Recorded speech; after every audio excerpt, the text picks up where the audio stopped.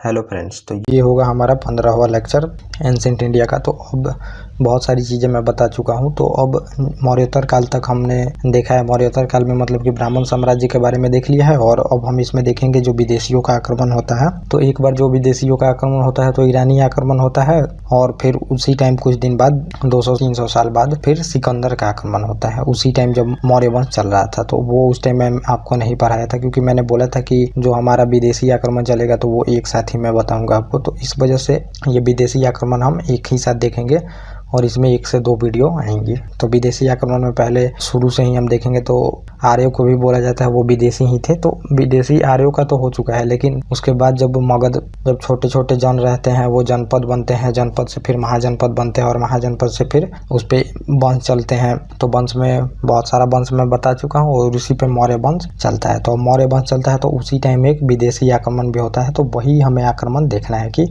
कहाँ से आक्रमण हुआ था। और उसके बाद फिर हम देखेंगे मौर्योत्तर काल के बाद। जब मौर्योत्तर काल के बाद बहुत सारे वंश चलते हैं, तो उसी में विदेशी शासक भी आके यहाँ पे कुछ शासन एस्टेब्लिश करते हैं, और उनका भी शासन पैरेलल में चलते रहता है ब्राह्मण साम्राज्य के साथ। तो वो भी हम देखेंगे। तो अगर आप सीक्वेंस से देखेंगे तो ये हर एक चीज़ें आपको अच्छे से समझ में आएंगी, कुछ भी छूटेगा नहीं। तो थोड़ा सा बैकग्राउंड जान लीजिए कि जैसे मैं बताया था पहले, हम पूरा पाषाण काल उसमें देखे थे, हम बहुत सारी चीज़ों को देखे थे। फिर सिंधु घाटी सभ्यता देखे, फिर वैदिक सभ्यता देखे, फिर महाजनपद काल के बारे में हमने देखा था। उसके बाद फिर आपको मैंने मगध पे जितने भी वंश चले हैं तो वो मैंने आपको बताया। तो मगध पर हर एक वंश चलता है, शिशुनाग वंश, नंद वंश, और उसके बाद आता है मौर्य साम्राज्य। तो मौर्य साम्राज्य आता है, तो फिर मौर्य साम्राज्य में आप देखेंगे चंद्रगुप्त मौर्य थे। तो घानानंद के टाइम में ही सिकंदर का आक्रमण होता है। तो वही हमें देखना है उसमें। और उसके बाद जब मौर्य साम्राज्य का पतन हो जाएगा पूरी तरह से, तब ब्राह्मण साम्राज्य आता है। तो ब्राह्मण साम्राज्य में भी बहुत सा मैंने आपको बताया है पिछली वीडियो में, तो वो देखेंगे। और उसी पैरेलल में बहुत सारे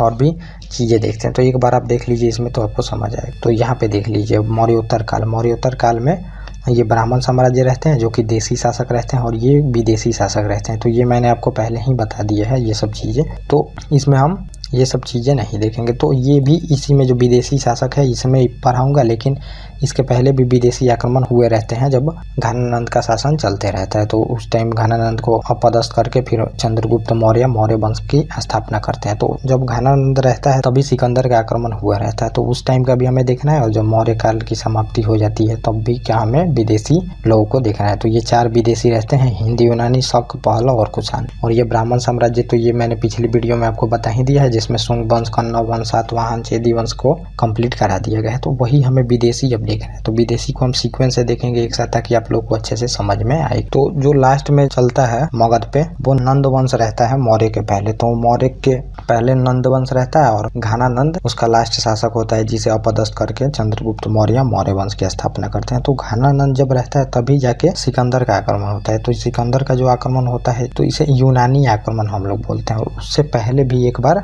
ईरानी आक्रमण हो जाता है फारस से। तो आप पहले जब भी एग्जाम में आए तो उसमें आप बोलेंगे कि पहले सबसे पहले एंसेंट इंडिया में ईरानी आक्रमण हुआ है। तो ईरानी आक्रमण हुआ है तो पहले हम देख लेते हैं, फिर इसमें हम यूनानी आक्रमण भी देखेंगे। तो इसका टाइम पीरियड अलग है, इसका टाइम पीरियड अलग है। ये 6वीं मतलब कि 600 ईसा पूर्व की घटना है, और जो सिकंदर आक्रमण करता है तो 326 ईसा पूर्व में करता है, ये आपको पता ही। तो लगभग आप देखेंगे कि करीब 250-300 साल का अंतर रहता है। तो पहले हम इसमें देखेंगे ईरानी आक्रमण, जो कि 250-300 साल पहले यहाँ पे होता है, और बाद में फिर सिकंदर का आक्रमण हम इसी में देखेंगे। तो पहला ईरानी आक्रमण, तो ये भारत पर प्रथम विदेशी आक्रमण रहता है, ईरानी आक्रमण। तो जो ये यहाँ पे आप देखेंगे तो इंडिया के इस साइड में ये आक्रमण इधर से होता है, हिंदकुश पर्वत रहता है उधर से ही। हर एक आक्रमण लगभग हिंदकुश पर्वत जो है तो वहाँ पे दर्रा टाइप का है, तो वहीं से आक्रमण होता था। वहाँ पे रास्ता है, दर्रा को रास्ता बोलते हैं, मेनली पास बोला जाता है, जो कि 2 पहाड़ों के बीच में एक रास्ता होता है किसी पार करने के लिए क्षेत्र को। तो वही होता है, बार बार वहीं से आक्रमण होते रहता है। तो वहीं से फिर ईरानी आक्रमण होता है, क्योंकि जो मगध साम्राज्य था और मगध पे नंद वंश का शासन चल रहा था। तो नंद वंश यहाँ पे आप बिहार के तरफ देखेंगे तो इतना इन लोगों का इधर जो था, ये सिंध में, इधर पंजाब, अफगानिस्तान, तो इधर उतना ये लोग मजबूत था नहीं। तो और ऐसे भी इधर जो साम्राज्य फैलेगा, तो अभी मगध यहीं पे था, लगभग इतना ही फैला था, ज़्यादा नहीं फैलेगा। ज़्यादा जब मौर्य वंश आएगा तो देखेंगे कि ज़्यादा फैलेगा पूरे भारत में, यहाँ पे पूरा दक्षिण तक फैल जाएगा। दक्षिण में मतलब थोड़े से इलाका को छोड़ के पूरे एरिया में ये फैला रहता है मौर्य साम्राज्य। तो अभी जो इस टाइम में इनका शासन यहाँ पे उतना मतलब इनका चलता नहीं था, यहाँ पे कमजोर शासक थे, तो यहीं से आक्रमण होगा और पहला इसका आक्रमण ईरानी करते हैं यहाँ पे। तो आप देखेंगे पूर्वोत्तर में मगध धीरे धीरे मजबूत हुआ, मगध मतलब यहाँ पे पूर्वोत्तर ये हुआ, ये आपका पश्चिम हो गया। तो पश्चिम में तो कमजोर थे लेकिन पूर्वोत्तर में इधर मजबूत थे। तो इधर तो मजबूत थे तो फिर इधर इनको ज़्यादा खतरा था नहीं, क्योंकि समुद्र से आइएगा तो उतना उस टाइम नौसेना मजबूत थी नहीं, और तो इधर उतना खतरा है नहीं क्योंकि हम हिमालय पर्वत है। तो जो भी खतरा था इनका यही था, और यहाँ पे इनका शासन जो था ये मजबूत था नहीं, मेनली यहाँ पे अभी इनका उतना पावर था नहीं। तो इस वजह से ये इधर से हमला होता है, ईरानी हमला भारत पे, और पश्चिमोत्तर 6वीं ईसा पूर्व में होती है भिन्न स्थिति के कारण, मतलब स्थिति वहाँ पे मजबूत रहती नहीं है, कोई भी तगड़ा शासक नहीं रहता है वहाँ से, इस वजह से होती है यहाँ पे। और इधर जो शासक थे कम्बोज, गंधार, मद्र, ये सब आपस में ही बहुत लड़ाई करते थे। तो ये सब यहाँ पे शासन था इनका, मतलब भारत में जो आप देखेंगे अभी पाकिस्तान के तरफ वाला इलाका, तो यहाँ पे ये लोग उतने मजबूत थे नहीं, और यहाँ पे जो कम्बोज, गांधार, मद्र था तो ये आपस में ही लड़ते थे, तो आपस में लड़ते थे तो इतना पावरफुल नहीं थे, तो इसी वजह से ये आक्रमण होता है, ईरानी आक्रमण यहाँ पे। और मगध भी अपना विस्तार कर रहे थे, और ईरान में जो था वो हकमनी वंश का शासन चल रहा था, तो वो भी अपना विस्तार कर रहे थे। तो ये यहाँ पे ईरान था, तो यहाँ पे ये लोग अपना विस्तार कर रहे थे, और इधर से मगध अपना विस्तार कर रहा था। तो फिर यही मगध जो था तो मगध अपना इधर बढ़ेंगे पश्चिम तरफ, और ये लोग इधर पूरब तरफ हमला करने बढ़ेंगे इधर। तो यहाँ पे समझ लीजिए जो आज का पाकिस्तान का इलाका है, तो यहाँ पे ये लोग हमला करते हैं इधर। और वहाँ पे जो शासक था तो वह हकमानी शासक था, मतलब हकमानी वंश का शासक था। जैसे यहाँ पे आप देखेंगे कि नंद वंश का शासक है, तो वहाँ पे ईरान में अभी हकमानी वंश का शासन चल रहा था वहाँ पे। और प्रथम आक्रमण जो करता है तो वो साइरस करता है, साइरस प्रथम आक्रमण करता है। यहाँ पे जो राजा रहता है वहाँ का साइरस प्रथम करता है, लेकिन ये सफल आक्रमण नहीं रहता है। लेकिन प्रथम जो सफल आक्रमण आप देखेंगे तो ये डेरियस करता है, और डेरियस जो करता है ये 516 ईसा पूर्व में करता है, और पंजाब का जो सिंध का मतलब पंजाब और सिंध का इलाका को जीत लेता है। तो मतलब जो यहाँ का आप मान लीजिए जैसे कि ये सिंध और पंजाब है, ये ऐसे मान लीजिए इलाका, तो इसके पश्चिम को इलाके को ये जीत लेता है यहाँ पे, जो डेरियस प्रथम रहता है, और अपना 20वां प्रांत बनाता है इसको। तो जैसे कि मान लीजिए अभी स्टेट है हमारा, तो हमारे स्टेट जो 28-29 स्टेट है अभी, तो वैसे ही वहाँ पे प्रांत बोला जाता था, प्रांत था वहाँ पे। तो ये जो इलाका था इसका, तो ये अपने 20वें प्रांत में इसको शामिल किया था ये। तो 19 पहले से होंगे और 20वां इसको बनाया होगा। और यहाँ पे होता है कि जो ये प्रांत बनाते हैं तो यहाँ से बहुत अधिक इनको कर वगैरह मिलते हैं, जो टैक्स होता है तो बहुत ज़्यादा मिलता है। इनका 20 प्रांत जो रहता है इसमें सबसे ज़्यादा टैक्स इनको सिंध का जो ये प्रांत रहता है, ये जो 20वां प्रांत ये लोग बनाते हैं अपना, यहाँ से बहुत ज़्यादा कर मिलता है। और अधिक उपजाऊ आबादी भी अच्छी खासी यहाँ पे थी, तो टैक्स वगैरह बहुत अच्छा मिलता है, और अधिक उपजाऊ ज़मीन था तो अनाज वगैरह भी बहुत ज़्यादा होता है। तो फिर ये अनाज वगैरह का यूज और भी स्टेट में करते थे ये। जैसे कि आप अभी भी देखेंगे तो हमारे यहाँ जितने भी स्टेट हैं तो उसमें सब में थोड़ी अनाज वगैरह होता है। तो कुछ हमारे रिच स्टेट हैं, जैसे आप देखिए तो अनाज वगैरह बहुत ज़्यादा पंजाब में होते हैं। मुंबई रिच स्टेट है, तो वैसे ही ये जो था ये रिच स्टेट था, यहाँ पे अनाज भी होते थे और लोग कर वगैरह भी ज़्यादा देते थे। तो जैसे सरकार को सबसे ज़्यादा कर वगैरह मिलता है वहाँ से, दिल्ली मुंबई ये सब जो हुआ तो यहाँ से बहुत ज़्यादा कर वगैरह मिलता है इनको। तो वही हुआ कि इनको इधर वाले सिंध वाले इलाके से बहुत ज़्यादा टैक्स वगैरह मिलते थे, और टैक्स वगैरह अनाज भी बहुत ज़्यादा यहाँ पे उपजाऊ ज़मीन था तो होता था। क्योंकि यहाँ पे अब देखेंगे तो बहुत सारी नदी हैं, सिंधु, झेलम, सतलज, ये सब नदियाँ यहाँ पे हैं, तो इस वजह से ये उपजाऊ ज़मीन था यहाँ पे। और यहाँ पे ये करते हैं कि भारतीयों को सेना में भी रखते हैं और यूनानियों के खिलाफ लड़ाई में भाग लेते हैं लोग। तो ये यूनानी जो उधर बढ़ेंगे ये लोग पश्चिम के तरफ, जिधर से सिकंदर आएगा तो उन्हें उधर ये लोग अपना साम्राज्य विस्तार करने में फिर भारतीयों को सेना में यहाँ से भरते हैं, और फिर उसका उपयोग भी ये लोग करते हैं यूनानी को जीतने में। लेकिन अब देखेंगे कि जब आप सिकंदर का आक्रमण होगा तो ये पूरा क्षेत्र उधर से जीतते ये चला आएगा, ईरान वीरान सब जीतते हुए चला आएगा इधर। तो वो अभी हम देखेंगे। तो अब हम देखते हैं कि आखिर में जो ये ईरानी आक्रमण होता है तो इसका परिणाम क्या हुआ, ये हमें जान लेना बहुत ही जरूरी होगा। ईरानी आक्रमण का क्या परिणाम हुआ, और उसके बाद जब सिकंदर का आक्रमण होगा यूनानी आक्रमण, तो उसके भी परिणाम को हम देखेंगे कि फिर उसका क्या परिणाम होता है यहाँ पे हमारे देश पे। तो करीब 200 वर्ष तक यहाँ पे इनका शासन रहेगा। तो अब देखेंगे कि 200-250 वर्ष बाद फिर यहाँ पे सिकंदर आएगा, तो उसका फिर वहाँ पे जो भी होगा प्रभाव, उसका भी प्रभाव हम देखेंगे कि क्या होता है यहाँ पे। और यहाँ पे होता है कि व्यापार को बढ़ावा मिलता है, प्लस खरोष्टी लिपि जो थी तो यहाँ पे चलनी शुरू होती है। और ये जो खरोष्टी लिपि है तो ईरान की जो अरमाइक लिपि थी तो उससे ये विकसित होकर भारतीय लिपि और ईरानी ये अरमाइक लिपि मिलकर ये खरोष्टी लिपि बन जाती है और ये दाईं से बाईं तरफ लिखी जाती थी। तो ये लिपि एक यहाँ पे विकसित होती है, खरोष्टी लिपि। तो ये एक प्रभाव यहाँ पे होता है इनका। और पश्चिम में उत्तर में अशोक के अभिलेख जो थे तो ये 3री सदी तक देश में चली। तो ऐसा माना जाता है कि जो वहाँ के शासक थे तो उन्हीं से प्रभावित होकर फिर अशोक जो देखते हैं वहाँ पे अभिलेख जो बनाया रहता है तो उसी से प्रभावित होकर अशोक भी अभिलेख बनाना चालू कराते हैं। तो ये भी माना जाता है कि वहीं का ये कॉपी करके फिर अशोक अभिलेख बनवाते हैं। तो ये 3री सदी तक आप देखेंगे कि हमारे देश में बनते रहती है और चलते रहती है। तो ये भी एक प्रभाव पड़ता है। और ईरानी सिक्के भी यहाँ पे चलते हैं। तो अब प्रांत रहेगा तो सिक्का चलेगा, ये लाजमी सी बात है। तो ईरानी सिक्के भी यहाँ पे चलते हैं। और वास्तुकला में आप देखेंगे तो अशोक कालीन जितने भी स्मारक वगैरह हैं और घंटा आकार की गुंबज वगैरह तो वहीं से प्रभावित होकर फिर अशोक भी बनवाते हैं यहाँ पे। तो अब देखेंगे कि ईरानी आक्रमण जब हुआ तो फिर ये शासक चलता है 200 साल तक करीब। और उसके बाद ये सब देख के फिर ये लोग भी वहाँ से सीखते हैं। ये तो अभी तो नंद वंश का शासन रहता है तो ये 600 ईसा पूर्व की बात है, लेकिन ये लोग बाद में अशोक आते हैं तो फिर वहाँ से ये सब चीज़ें सीखते हैं बनवाने का, ये सब चीज़ें ईरान से ही तो वहाँ बनी रहती है। तो अशोक जो रहते हैं तो ये सीख लेते हैं इन सब चीज़ों को। तो हम अब इसमें ये हमारा यहीं तक कंप्लीट हो गया। और इसके बाद हम देखेंगे अब यूनानी आक्रमण जो होता है। तो यूनानी आक्रमण जो ईरानी आक्रमण हुआ था इसके लगभग 250 साल बाद यूनानी आक्रमण होता है, सिकंदर का आक्रमण। तो पहले अब हम थोड़ा सा मैप देख लेते हैं कि ईरानी आक्रमण कहाँ से हुआ था और ये यूनानी आक्रमण कहाँ से हुआ। तो आप लोगों को अच्छे से इसमें समझ में आएगा, क्योंकि बिना मैप के पढ़ना फिर हिस्ट्री उतना मज़ा आता नहीं। तो ये यहाँ पे आप देख सकते हैं, ये जो है ये पूरा यहीं से आक्रमण हो रहा है, यही है पर्शियन एम्पायर। और भी यहाँ पे ये सब शासक वसक चल रहे थे तो ये मेन था, ये पर्शियन एम्पायर है। फिर इसी के शासक रहते हैं वो हमला करते हैं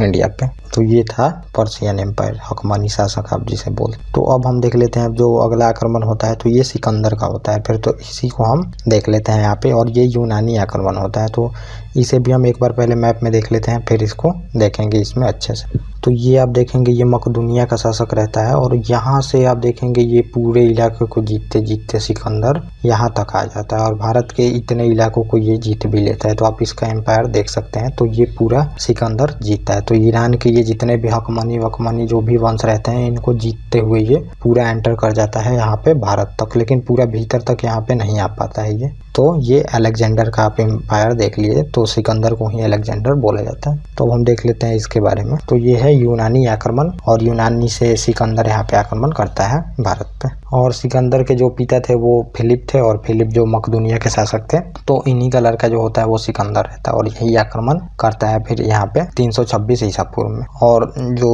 सिकंदर रहते हैं तो ये 20 वर्ष की उम्र में राजा बनते हैं और इनकी जो पिता की मृत्यु हो तो ये 329 ईसा पूर्व में हो जाती है। तो फिर इनको शासक बनाया जाता है और जब ये शासक बनते हैं तो ये फिर 20 वर्ष के रहते हैं, मकदूनिया का शासक बनते हैं। और जो सिकंदर था तो ये विश्व विजेता करना चाहता था, क्योंकि जो इसके गुरु थे अरस्तु इनके गुरु थे सिकंदर के। तो उस टाइम जब इनको शिक्षा वगैरह दी जाती थी तो ये सब दार्शनिक वगैरह की शिक्षा दी जाती थी इनको। तो ये उस टाइम ये सब शिक्षा छोड़ के वो फिर विश्व विजेता जो भी पहले के शासक रहते हैं, जो कि बड़े बड़े शासक रहते हैं, तो उनके बारे में ये ज़्यादा दिलचस्पी दिखाता है, कैसे कैसे वो अपने साम्राज्य का विस्तार करते हैं। तो फिर यही सब ये सीख के फिर उसके बाद विश्व विजेता की चाह लेके फिर भारत के तरफ एंटर कर गया। भारत के तरफ नहीं, वो पूरा विश्व विजेता बनना चाहता था। तो उसी लाइन में फिर भारत भी पड़ता है ईरान के बाद, तो उसको भी ये जीतना चाहता है वहाँ। तो अब हम देख लेते हैं ये हमारा पॉइंट क्या है इसमें। तो चौथी विश्व पे अधिपत्य का ये सपना लेके फिर 4वीं सदी में चलता है और ये यूनानियों और ईरानियों में संघर्ष होता है। और मकदूनिया वासी जो सिकंदर रहता है वो ईरान साम्राज्य को पूरी तरह से नष्ट कर देता है। तो ईरान को नष्ट करते ही इधर आना पड़ेगा। तो मैंने आपको मैप में भी दिखाया था कि जितने भी शासन वगैरह वहाँ पे चल रहे थे ईरान में, उनको सबको जीतते हुए फिर इधर भारत में एंटर ये करेगा। और फिर जब ये ईरानी साम्राज्य को नष्ट कर देगा फिर भारत में अपार संपत्ति देख के फिर यहाँ पे आता है। तो अपार संपत्ति के बारे में पता ही था पूरे विश्व को कि भारत में बहुत अपार संपत्ति है।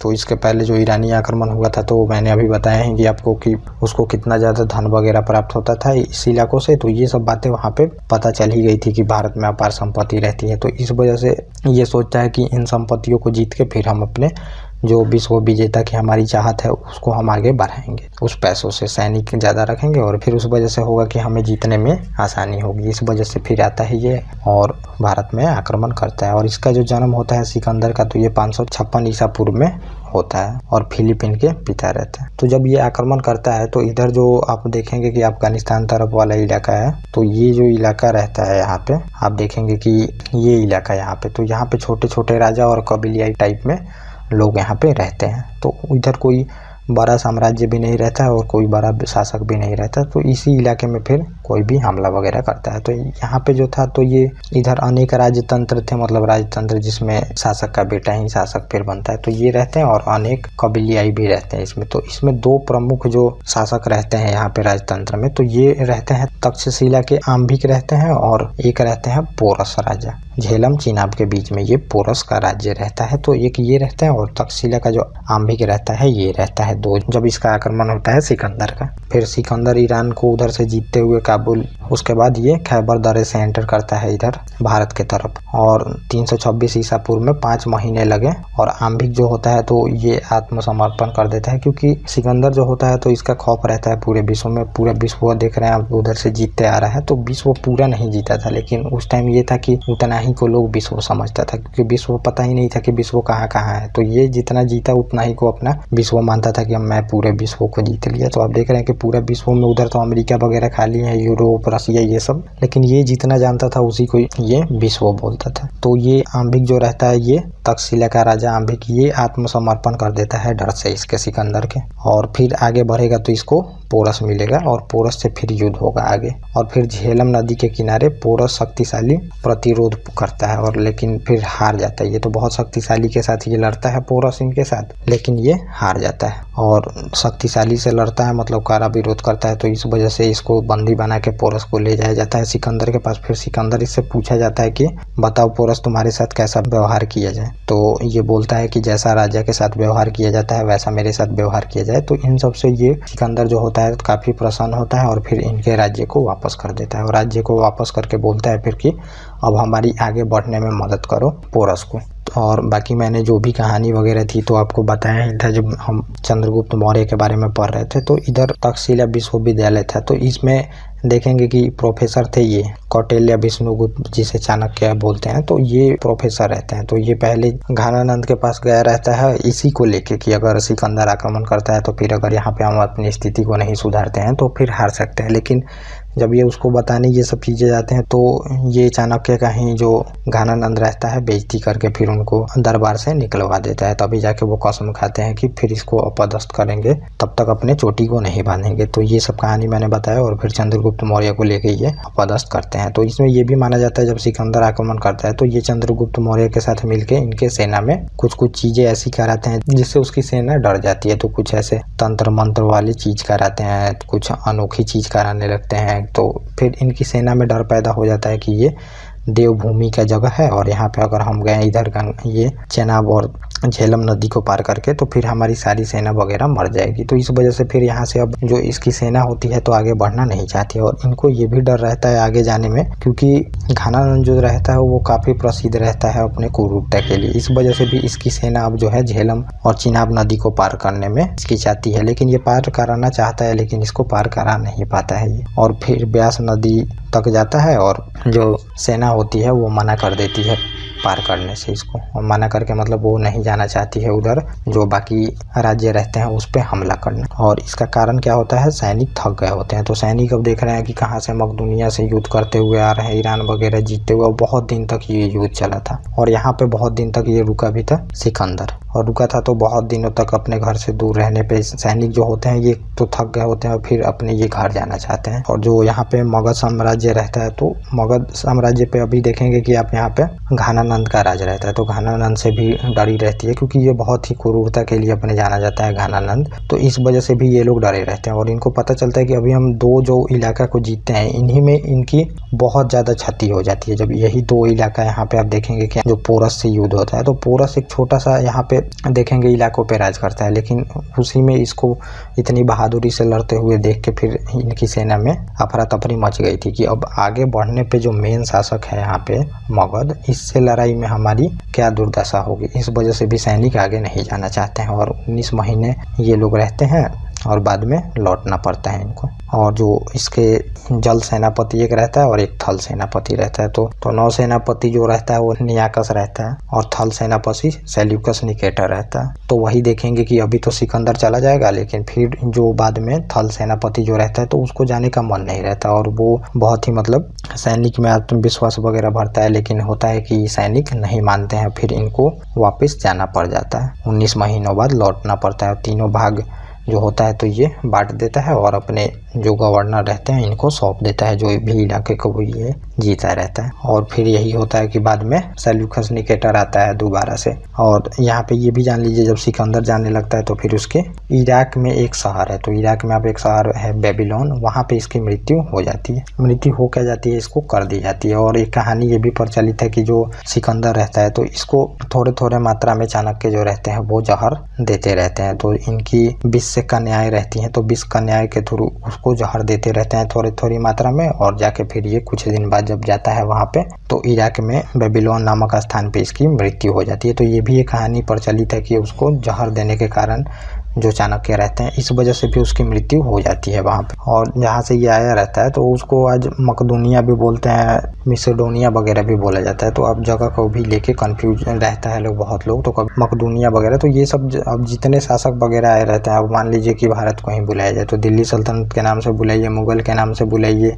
आप गुप्त साम्राज्य के नाम से बुलाइए, तो तरह तरह के फिर यहाँ पे शासक किए। हर्षवर्धन का काल अलग अलग है, चाहे मौर्य साम्राज्य अलग अलग है। तो अब जो विश्व पुकारेगा तो इतने नामों से तो नहीं पुकार सकता, तो एक देश का कितना भी नाम हो सकता है, क्योंकि अब जो वंश वहां पे चले हैं उसको उस टाइम के अनुसार नाम से पुकारा जाता है। तो ये है। तो अब हम देख लेते हैं इसमें कि सिकंदर के आक्रमण का प्रभाव क्या हुआ यहाँ पे। तो पहला प्रभाव हुआ कि छोटे छोटे राज्य जो थे करके विलय करके उसको 3 प्रांत बना देता है सिकंदर। तो जितने भी वहाँ पे इलाकों को जीतता है वहाँ पे सबको मिला के 3 प्रांत बना देता है और अपने गवर्नरों को दे देता है। तो वहाँ पे एकीकरण होता है इलाकों का। और यूनानी इतिहासकारों से आक्रमण की जो सही तिथि वगैरह पता चलती है, उससे हम अपने इतिहास को भी कोरिलेट करके देख सकते हैं। तो अब जो ये आक्रमण हुआ है तो यूनानी बुक में भी इसको लिखा गया है, जो भी इतिहास के बुक हैं, तो उससे भी हम अपने इतिहास को कोरिलेट कर सकते हैं। जैसे कि मगध साम्राज्य था, उस पर कौन सा वंश था, उसके बाद कौन सा वंश आया, तो इन सब से डेट की हम अच्छे से पता कर सकते हैं कि कौन सा डेट था, चाहे ईरान में कौन सा शासन था। ये सब चीज़ें पता चलती हैं फिर ईरानी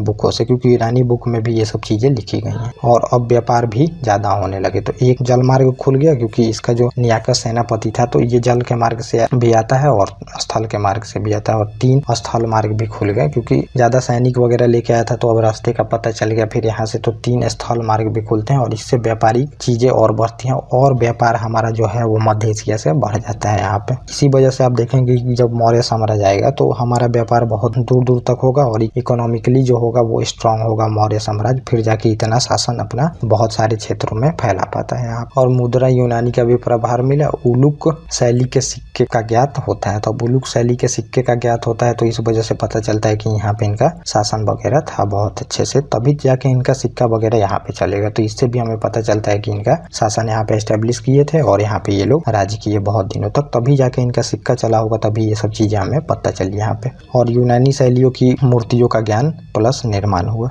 तो अब यूनानी शैली के प्रभाव से जो अब गंधार कला पढ़ते हैं, तो गंधार कला यूनानी कला और भारतीय कला मिलकर गंधार कला यहाँ पे बनती है। और गंधार कला वही है जो मैंने एक बार पहले भी बताया था आपको, जिसमें बुद्ध की मूर्तियों का निर्माण वगैरह हुआ है और उसमें तीखी आंख वगैरह, बुद्ध को काफी मतलब उनकी बॉडी को बहुत अच्छे से बनाया गया है, उसमें हर एक चीजें बहुत अच्छे से हुई है गंधार कला में। वही मथुरा कला आप देखेंगे तो फिर वहाँ पे थोड़ा बुद्ध की मूर्तियों को, वैसे जो गुरुकुल वगैरह में जो विद्यार्थी जैसे होते हैं थोड़ा तोंद वोंद निकले टाइप का, वैसे बुद्ध की मूर्तियों को बनाया गया। लेकिन गंधार कला में आप देखेंगे तो बुद्ध की 6 पैक टाइप के मूर्ति बनाई गई है वहाँ पे। तो उसका भी विकास यहीं से होता है, मतलब इस पे प्रभाव दिखता है हमें। और ज्योतिष, राशि चक्र, हॉरोस्कोप का ज्ञान, रोमन एवं पॉलिश सिद्धांतों का ज्ञान होता है हमें। तो ज्योतिष वगैरह में राशि चक्र वगैरह जानने का फिर हमें यूनान से ही पता चलता है। तो ज्योतिष भी, राशि चक्र वगैरह ये सब चीजें फिर पता चलती है हमें यहाँ से, ये सब देखने की, ज्योतिष वगैरह। तो ये कुछ प्रभाव था जो आपने जान लिया। इससे रिलेटेड कुछ फैक्ट भी है तो वो भी आप लोग यहाँ पे जान लीजिए। ये जानना बहुत जरूरी है क्योंकि बार बार एग्जाम में आता है। तो सिकंदर जो शिष्य था तो वो अरस्तु का शिष्य था सिकंदर, तो ये मैंने आपको बता भी दिया है। और अरस्तु जब शिक्षा वगैरह देता था तो ये हम ऊपर बात कर चुके हैं। और जो सेनापति इसका रहता है वो सेल्यूकस निकेटर रहता है। तो यही जो सेल्यूकस निकेटर है तो ये फिर से दोबारा आता है, और दोबारा आता है तो यहाँ पे अब मौर्य वंश चलते रहता है। और मौर्य वंश में कौन सा यहाँ पे शासक कौन रहते हैं तो चंद्रगुप्त मौर्य रहता है। और चंद्रगुप्त मौर्य से फिर इसका युद्ध होता है, लेकिन चंद्रगुप्त मौर्य से युद्ध होता है तो फिर ये युद्ध को हार जाता है यहाँ पे। तो आप सिकंदर तो पहले जीता रहता है, लेकिन चंद्रगुप्त मौर्य यहाँ पे मजबूत रहते हैं। तो मौर्य शासक बहुत ही दूर तक फैला रहता है और इनकी सेना वगैरह भी बहुत मजबूत रहती है। तो यहाँ पे सेल्यूकस निकेटर जो रहता है वो हार जाता है मौर्य साम्राज्य से। और मौर्य साम्राज्य से जब हारता है ये चंद्रगुप्त मौर्य से, फिर हारने का इसका ये भी कारण थोड़ा सा आप जान लीजिए कि हाथी वगैरह का ये यूज करते हैं। और उस टाइम हमला ये करते हैं जब बरसात का टाइम रहता है, तो बरसात में फिर उत्तम घोड़े वगैरह का भी यूज करके यहाँ पे इसको ये हरा देते हैं सेल्यूकस को। और फिर जब ये युद्ध हारता है तो सेल्यूकस को अपनी बेटी की शादी करनी पड़ती है चंद्रगुप्त मौर्य से। फिर इनको 4 प्रांत भी देना पड़ता है, तो काबुल, कंधार, मकरान, हेरात। आप देखेंगे कि फिर इनको जो चंद्रगुप्त मौर्य रहते हैं उनको देना पड़ता है उस इलाकों को इनको। और फिर एक दूत भी भेजते हैं ताकि इनकी बेटी को देख रेख कर सके। तो दूत जब भेजते हैं तो ये मेगास्थनीज को दूत के रूप में भेजते हैं चंद्रगुप्त मौर्य के दरबार। और जो मेगास्थनीज है तो इससे भी हमें ये मौर्य शासन के इतिहास की जानकारी मिलती है। तो मेगास्थनीज जो रहता है तो ये इतिहास लिखता है मौर्य साम्राज्य के बारे में, तो उससे भी हमें मौर्य साम्राज्य के बारे में पता चलता है। और सेल्यूकस को फिर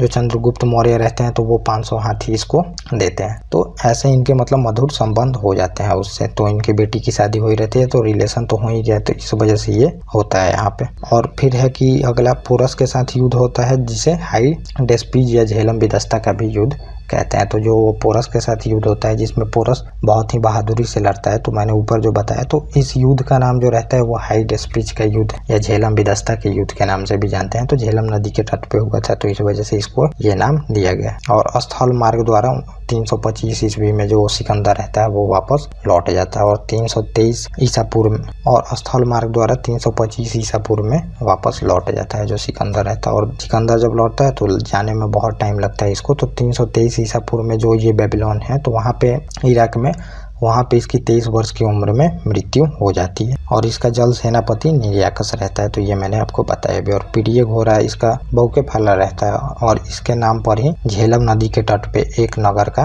निर्माण ये करता है, मतलब नगर एक बसाता है इसके नाम पे। तो ये यहाँ पे इतना मैंने बता दिया आपको। तो ये हमारा यहाँ पे लगभग इतना चीज़ें कंप्लीट हो गया। और इसके बाद जो चीज़ें होंगी, जो आक्रमण मैंने बताया था कि और भी विदेशी आक्रमण साथ में चलेंगे, तो वो सेकंड वीडियो में आप मौर्योत्तर काल, ये तो मौर्य के साथ में जो हुआ था ये हमने देख लिया, लेकिन अब मौर्य का पतन हो जाएगा। उसके बाद भी विदेशी शासक बहुत सारे रहते हैं, तो 4 को उसमें मेनली मैं इसके अगले पार्ट में आपको बताऊंगा। तो कृपया आप लोग गाइज इसको सीक्वेंस से देखते हैं ताकि आप लोगों को अच्छे से समझ में आ सके। और मैं बहुत अच्छे से समझाने की कोशिश यहाँ पे करता ही हूँ, और नोट्स वगैरह भी बन जाता है, तो उसमें कोई चिंता की बात है नहीं आपको। तो हर एक चीज़ें इसमें आपको हो जा रही है, तो बस सीक्वेंस से देखते ही। जो हमारा नेक्स्ट होगा टॉपिक, तो इसमें हम शक, पहला और कुषाण वगैरह को इसमें हम देखेंगे बहुत अच्छे से, जो ये भी विदेशी ही रहते हैं, तो मौर्योत्तर काल में इनकी रहती है। और उसके बाद फिर हम ये सब को समाप्त करते हुए देखिएगा कि जो कुषाण के सामंत रहते हैं तो वो गुप्त साम्राज्य की स्थापना करते हैं, तो वो भी मैं दिखाऊंगा कि कैसे कैसे स्थापना होता है। और उसके बाद हम गुप्त साम्राज्य को बहुत ही अच्छे से देखेंगे। उसके बाद हर्षवर्धन काल आएगा, तो हर्ष के बारे में भी बताऊंगा, उसमें क्या क्या होता है कि गुप्त साम्राज्य का जो पतन होता है तो उसके बाद क्या वहाँ पे सिनेरियो वगैरह बनता है और किसका शासन आता है, फिर वो भी मैं आपको बताऊंगा उसमें बहुत अच्छे से। तो ऐसे ही ये कंप्लीट सीक्वेंस चलेगी और बहुत ही अच्छे से आपको ये एंशिएंट इंडिया कंप्लीट कराई जाएगी। उसके बाद जो मीडिएवल अभी चल ही रहा है वो कंप्लीट होगा, और मॉडर्न भी कंप्लीट होगा, और पॉलिटी कंप्लीट हो चुकी है पूरा, तो वो आप देख सकते हैं सीक्वेंस से। और जो भी सब्जेक्ट कंप्लीट होगी उसको फिर से दोबारा से कहीं आपको पढ़ने की ज़रूरत है नहीं। ओके गाइस, थैंक यू, और अब हम मिलेंगे अपने नेक्स्ट टॉपिक।